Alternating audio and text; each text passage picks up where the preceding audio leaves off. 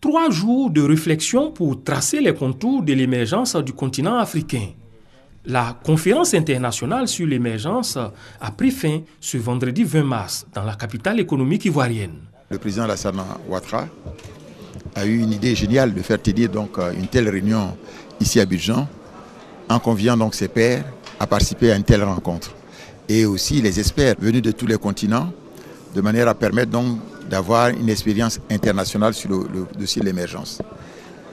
Moi, je retiens donc cette convivialité et disons que cette rencontre des matières grises ici à Abidjan. Les résultats des travaux consignés dans la déclaration d'Abidjan. Une déclaration qui marque 3 arrêts dans la marche vers une économie émergente du continent.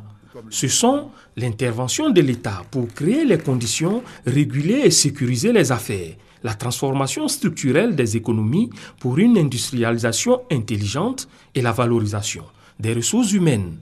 3 repères qui, mis en musique, doivent donner un contenu concret au concept de l'émergence pour les populations. L'émergence, c'est d'abord des éléments concrets qui sont derrière. C'est d'abord donc le développement, pas seulement économique, mais social et humain. Permettre donc à les jeunes d'avoir des emplois, permettre aux femmes donc de se développer, permettre donc d'aller de l'avant avec des hôpitaux, des centres, disons que d'éducation, d'excellence. C'est d'abord ça qui est derrière l'élément non fondamental. Permettre aux paysans d'être bien rémunérés et aller vers une meilleure transformation industrielle donc, de nos pays. Pour donner du relief à la déclaration d'Abidjan, les experts ont fait 3 recommandations.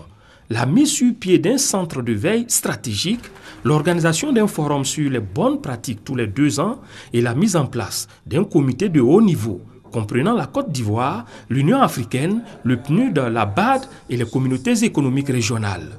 La Côte d'Ivoire, elle, entend parvenir à l'émergence en 2020. L'histoire retiendra que ce sont 300 experts et hautes personnalités politiques qui ont pris part à cette première conférence internationale sur l'émergence de l'Afrique, au bord de la lagune Ébrié.